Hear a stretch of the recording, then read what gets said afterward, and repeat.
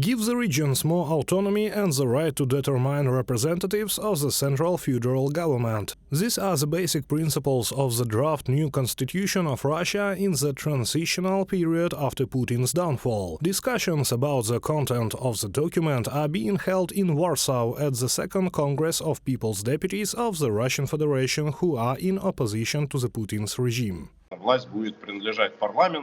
The power will belong to the parliament, and the parliament will form the government, and the law enforcement system of the state will be radically changed. Such as structures as the Federal Security Service, for example, and many others will be abolished. Well, we are also changing the system of local self-government. It becomes the main one in the state system. And finally, the desire to join the European Union and become part of the North Atlantic Alliance will be consolidated, similar to how it is done in Ukraine. The deputies note that post-Putin Russia will not differ from the previous one if it does not change its authoritarian legislation, and the new base of laws should be ready even before the dictator leaves and the new struggle for power begins.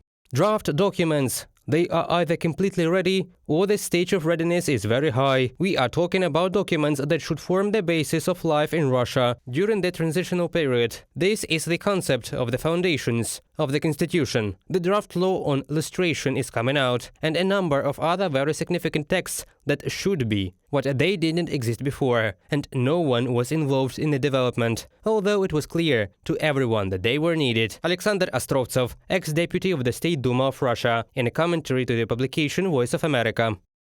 The transitional constitution is written by 59 ex-deputies of the parliament of the Russian Federation. However, lawmakers note that they are ready for joint work and consultations with other Russian opposition forces. We have people of different views, both left and right, and conservatives and liberals, and supporters of Kasparov and Navalny and Khodorkovsky and anyone else. We are all happy, because ultimately this is parliament. All points of view must be represented in the parliament, and we are trying to ensure that the final approach, the legal constructions that will be developed, will correspond to the position of the majority of participants in the Russian opposition. Well, we invite them in every possible way, of course, to take part in our work.